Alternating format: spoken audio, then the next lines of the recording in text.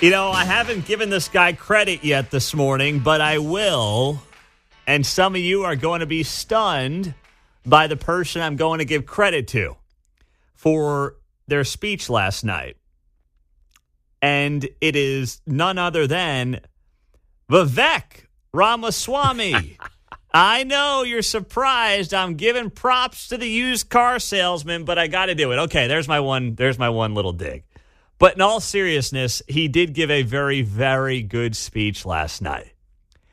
And I want to play a couple of minutes of what he said and what really I thought was a home run speech from Vivek Ramaswamy, who I know some people wanted to be the VP alongside Donald Trump. It didn't look like he was ever on anyone's short list. But here he was last night selling this message for a guy who has lived the American dream as an Indian American. Here's what he said. Because you know what? Fear has been infectious in this country, but courage can be contagious too. That too is what it means to be an American. And you know what? If you're at home and you disagree with everything I just said, our message to you is this. We will still defend to the death your right to say it, because that is who we are as Americans. We are the country where we can disagree like hell and still get together at the dinner table at the end of it. That is the America I know. That is the America we miss. We do not have to be ancient Rome. We don't have to be this nation in decline.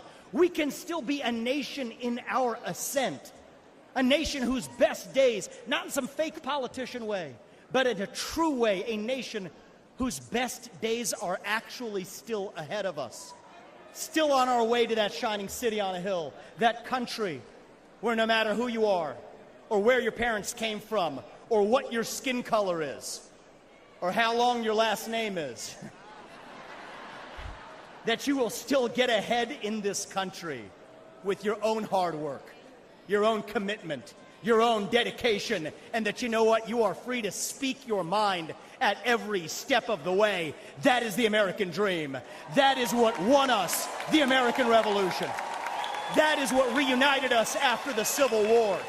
That is what won us 2 world wars and the Cold War. That is what still gives hope to the free world. And if we can revive that dream over group identity and victimhood and grievance, then nobody in the world, not a nation, not a corporation, not a virus, not China, is going to defeat us. That is what American exceptionalism is all about. And that is what we will revive this November when we send Donald J. Trump back to the White House. That's good stuff from Vivek Ramaswamy.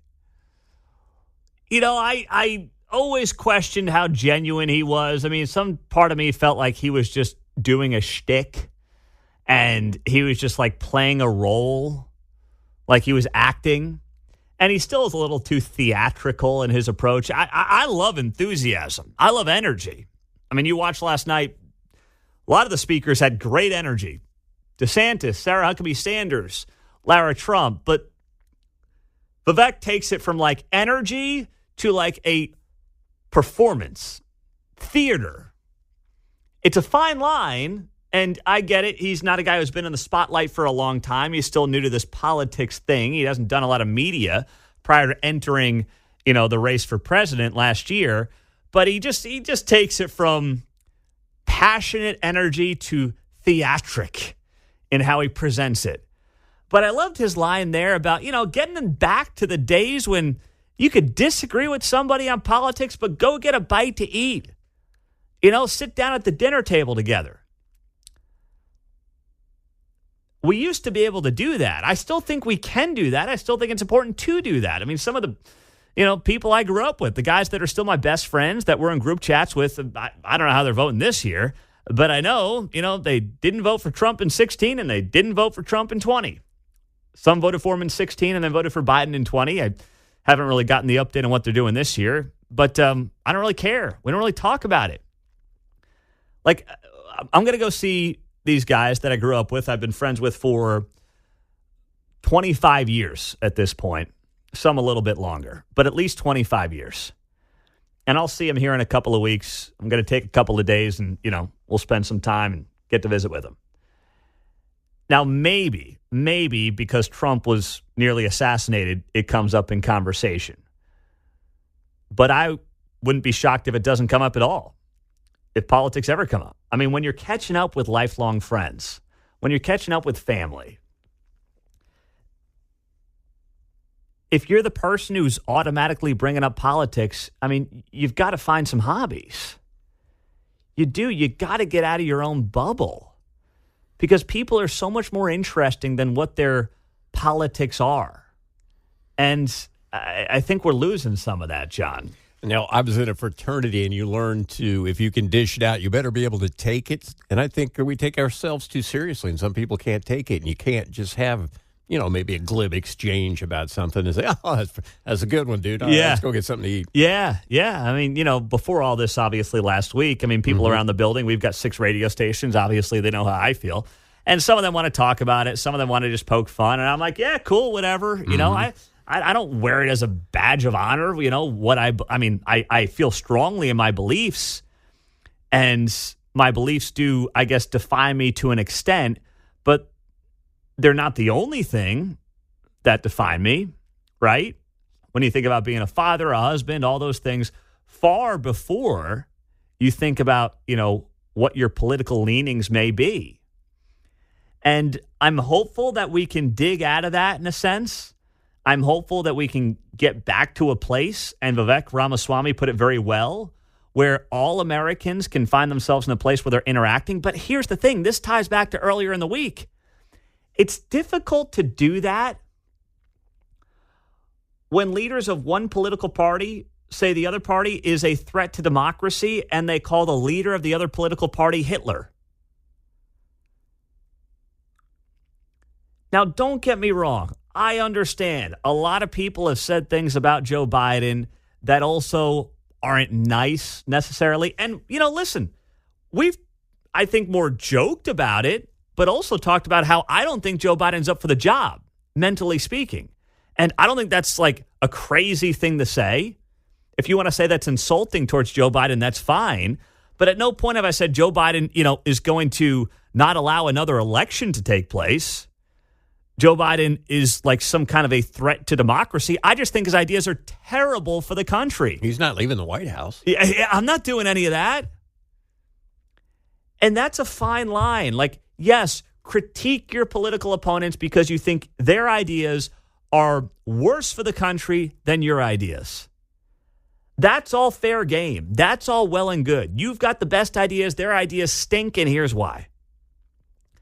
Talking about Joe Biden, whether or not he's up for the job, mentally speaking, is not the same as comparing Donald Trump to Hitler or saying he's some kind of this massive threat to democracy. It's just not the same thing. And that's why you also see this in polling. And I will pull it up here as soon as I can, but you see it in polling. Gallup has done this polling that suggests Republicans are much more likely to want to be or willing to be friends with Democrats than the other way around. Democrats willing to be friends with Republicans. And why is that? Well, because for many of them, they have bought into what they've heard from their allies in the media that, hey, anything related to Trump is basically Hitler. Let's deal with Hitler, okay? I don't think it's hyperbolic to say that. I mean, that is Mussolini, Hitler-like language. Trump's affinity for Hitler was always covered under an umbrella of his stupidity. Echoing Hitler's words. Listen to this. Well, Hitler was duly elected. That's right. Echoing the. I mean, when people hear that from leaders in a party they affiliate with, what do you think it's going to lead to? None of it's good. None of it's positive. None of it's beneficial for the discourse in this country. I'm not blaming any one of those comments on what happened on Saturday also, to be very clear. That would not be fair. But when you talk generally speaking about the discourse and how it dramatically needs to improve, yeah, Trump can be better at it too. I'll give you that as well. He can be. And we'll see how he approaches his speech tomorrow night. If he's a little more conciliatory, if he takes that approach, if he says, hey, I can do a better job as well. That would be a stunning moment in not just this election cycle, but also American history. And you'll be able to hear that, by the way, right here tomorrow night on KCMO 95.7 FM and on 710 AM. We will carry the RNC with Donald Trump's first speech since the near assassination tomorrow at 8 o'clock. 913-408-7957. We'll get to more of your reaction as we roll till 10 o'clock. Ray Stevens will take over then on KCMO Talk Radio 95.7 FM. That's right, Bongino, noon. Don't miss it on KCMO. This from Pew Research. All right. How many partisans say they have at least a few close friends from the other party? Here's the data. Now, this is from 2016. I'll give you an updated number as well as I find them. But the theme stays consistent. Back in 2016, Republicans, 46% of Republicans said they had some friends from the other party. 7% said they had a lot. So over 50%, add them together, 53% of Republicans said they had a lot or some friends who associate as Democrat. Among Democrats, only 39% of them said they had a lot or some friends who identify as Republican. Okay, so that's back in 2016. This from the Washington Post was written in 2021. Just over half of Republicans, per a study, 53%, said they have at least some friends who are Democrats. Well, about one-third of Democrats, 32%, said they have at least some Republican friends. Democrats are far more likely than Republicans to not want to have friendships or just to not have any friendships with those on the other side of the political aisle. So you tell me, who's the party that would be more open-minded? Who is the party that can call themselves, willing to discuss different ideas, debate different viewpoints, and things of that nature? I think this is a great conversation and a great example, and the data going back 10 years to more recently back it up. Those who identify as Republican are more likely to have friends of a different political persuasion. Democrats are less likely to have friends of a different political persuasion. And that should tell us a lot about the current political climate and how we got here. And why and how those who claim that they're, the tolerant ones, all about tolerance. Are you really? You're far less likely to have friends who disagree with you politically. Are you truly tolerant of half of America? 913-408-7957. That ties back to what Vivek Ramaswamy was saying last night at the Republican National Convention. Because you know what? Fear has been infectious in this country, but courage can be contagious too. That too is what it means to be an American. And you know what? If you're at home and you disagree with everything I just said, our message to you is this. We will still defend to the death your right to say it, because that is who we are as Americans. We are the country where we can disagree like hell and still get together at the dinner table at the end of it. That is the America I know. That is the America we miss. We should be, but are we? This article from the Washington Times cited the same study from the Washington Post in 2021. American Enterprise Institute found that Republicans have more bipartisan friendships than Democrats do. And it also says here, ending friendships over political disagreements occurs more among liberal and Democrat-leaning Americans. Democrats are twice as likely as Republicans to report having ended a friendship over a political disagreement, 20 versus 10%. Another sign right there. But when your loudest voices in your, media circles, based on the content you're consuming, tell you that the people you disagree with politically are supporting Hitler and the end of democracy, eventually it's like anything else. You consume enough of that content, you might actually believe it instead of viewing it for what it is, which is just entertainment. Maybe we could have a sidebar study, too, on which party threatens to leave the country when the politics don't go their way. That is so true. I wonder which way that lines up. Yeah. I would be very curious on that as well. 913-408-7957. As we get to you and get to the text line, let's see what we've got here on the text line. Pete, I was friendly with many liberal folks in college who would have ditched me had they known I was a conservative. I mean, that's sad to hear. Also on the text line, Pete, I've experienced that, unfortunately, as well. Let's go to the phone. Larry's in Prairie Village. Larry, what's happening, big fella? Well, it's a mixed bag with me on who I hang with personally. In the past, there wasn't such a division by any means because people weren't that radically separated as they are today. I mean, what used to be called the Republican Party no longer exists. It's not the grand old party, it's the brand new party, which is MAGA. And I did turn loose with some friends.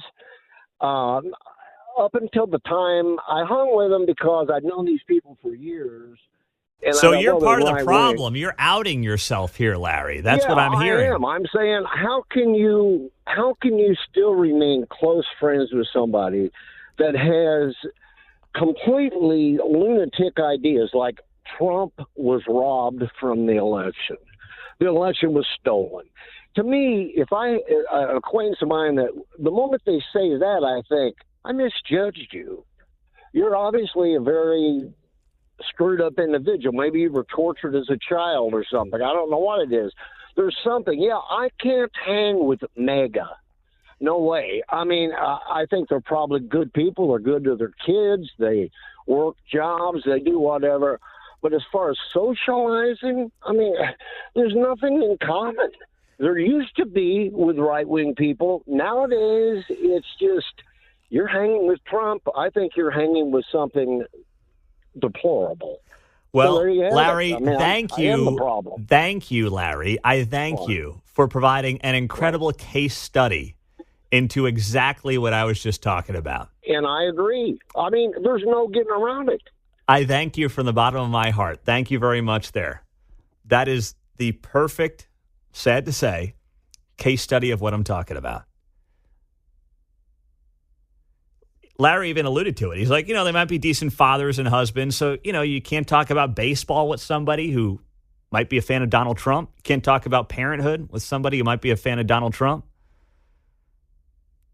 It just doesn't make any sense. And the amazing part, too, to me is this Republican Party under Donald Trump, you're seeing it this week, the pro-union, they stripped out, abortion stuff from their platforms. It's actually less conservative in the traditional sense than it was 10 to 15 years ago. 913-408-7957. I've been spending the last 3-4 minutes since the break just thinking about Larry beautifully, and I say that tongue-in-cheek, literally explaining exactly what we've been talking about here. How Vivek Ramaswamy points out last night at the RNC, we should be able to disagree vehemently politically and then sit down at the dinner table together. The numbers suggest from Pew Research and other polling that's been done, Republicans are much more likely to do that. They are much more likely to have bipartisan friendships than Democrats do. And Larry just came on the air and said, I won't be friends with MAGA people. And it's like, Larry, I love you, brother. I'd break bread with you. But I don't think Larry would break bread with me. And that makes me sad. Now I have to eat alone. He still owes you a trip to the drag show. Yeah, that's right. He does owe me a drag show, doesn't he? Come on, we'll go to Missy B's Bottomless Mimosas, and, we'll take the whole thing in. Come on, Larry. You and me, buddy. Wear my Sunday best. I'll skip church and go to brunch with Larry at Missy B's and drink mimosas and watch drag queens. Come on, Larry. He's getting excited thinking about it, isn't he? All right, Wes, you're in Gladstone. What's up? Yeah, I wonder if Larry realizes that he gobsmacked himself, man. With, talking about, people can't get along because people have been radicalized. And then he starts showing how much of a radical he is by putting down Trump people. It's like, hey, I mean, your comment after it was done, Pete, was perfect. It was like, I think you just proved the point, and he doesn't have a clue about it, man. Yeah. And that's the left. That segment was perfect. That's the left. They'll tell you, you'll start talking about a subject, and they think they've got one over on you, and they just prove your point, but they don't have a clue about it. Mm-hmm. It just, you got to feel sorry for people like that. But how, I don't want to spend any time with someone who thinks I'm an evil, but I want to spend time with someone like that. Yeah. And it's sad. I've got a brother-in-law and sister-in-law who won't come to the family reunions at the lake anymore because they're so far left. Really? They don't have any respect for us. It's really sad, man. So and they won't come see you? Is it a family deal? Everyone gets together. They won't come to it because you're there, Wes and Gladstone? Yeah, they won't say it, but a couple of years ago when my wife started talking politics with him, which I told her don't. That's a mistake. Don't do it, Wes. Don't open up the can of worms. Right, because they're not going to convince you, and you're not going to convince them, so don't do it. I've got a neighbor down at the lake, great guy. I've borrowed a lot of tools from him, do anything to help you. But one day he just brought up Trump out of the blue, and it was Trump derangement syndrome. I had never seen it personally, but I was just like, I wonder if he's seen my Trump flag. Hey, well, if you got a couple spots to fill down at the lake for the next family trip, let me know. I'm coming. You're on, brother. All right, there you go. Except don't expect a drag show, okay? Okay, yeah, no, that's fine. I'm okay. I wasn't thinking that was going to be the case, but I'm glad you confirmed it. Jeff and Shawnee, go ahead, Jeff. Larry.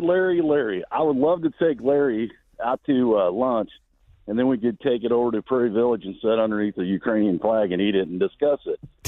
Hey, I got Corinth Square, man. That's where we're all going to go. There's some nice restaurants in there. And after that, we can go over to Prairie Village and go underneath their Ukrainian flag and talk politics. I love to talk to politics about it to any Democrat. I'm always like, see, but I don't. Why? Like, you just want to see what they're thinking? Because there's a lot of times in my life I get off. I don't want to talk politics with anybody. I just want to live my life and be an American and talk about, hey, did you see that awful All-Star game last night? Like, like, I don't really want to do that. No. I listen to NPR and people go, why are you listening to NPR? I go, I just want to know what they're thinking, man. Yeah. I just want to know where they get it at. I don't get alarmed. I don't get frustrated.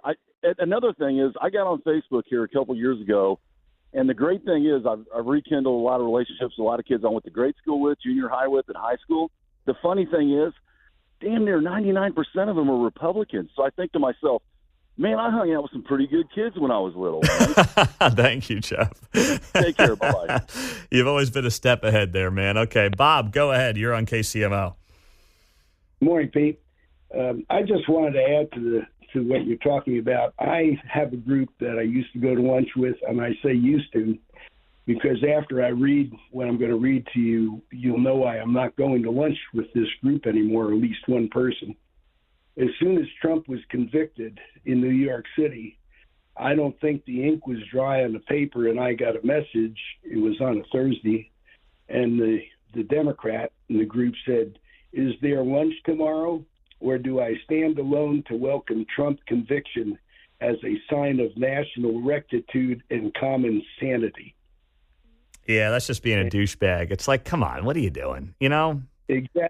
And I haven't talked to that person since. And yeah.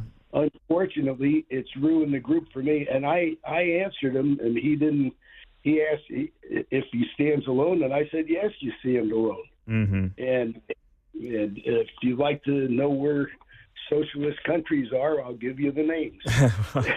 You know, it's always someone's always going to try to open that wound. And like I said, I'm looking forward to seeing the guys I grew up with here in a couple of weeks, and we only get together once a year maybe. And I know this much, it just won't come up. We're going to have a lot of laughs. We're going to have a great time. We're going to talk about our families, you know, our young kids, how our wives are doing, how everyone's parents are doing. Talk about the, you know, old days. I say that as someone in my mid-30s, but, you know, we still have the old days. They're now 15, 20 years ago. For some of you, that's 40 years ago. But either way, you get the point. And this stuff's not going to come up. And it shouldn't have to come up amongst friends on either side. It's not good. We got to be Americans first. And yes, we've got major problems in this country. I'm not saying I'll sing Kumbaya and everything's great and we shouldn't care about what's happening in the country, but there's always a time. There's a time for everything. And I think a lot of people, too, are replacing politics. They're putting it on the mantle above things like faith and family. And I think that happens across the political spectrum. But the data would suggest it's happening on one side over the other. And we're all searching to be a part of something, right? So if you're not getting it from your faith, if you're not getting it from your family, it's easy to have politics in today's environment with social media fill that void. And I'm telling you, it's not healthy. And I can speak to it, you know, doing this every day. You have to put it into some perspective. And it's not always easy to do, but you have to have it in the right pecking order.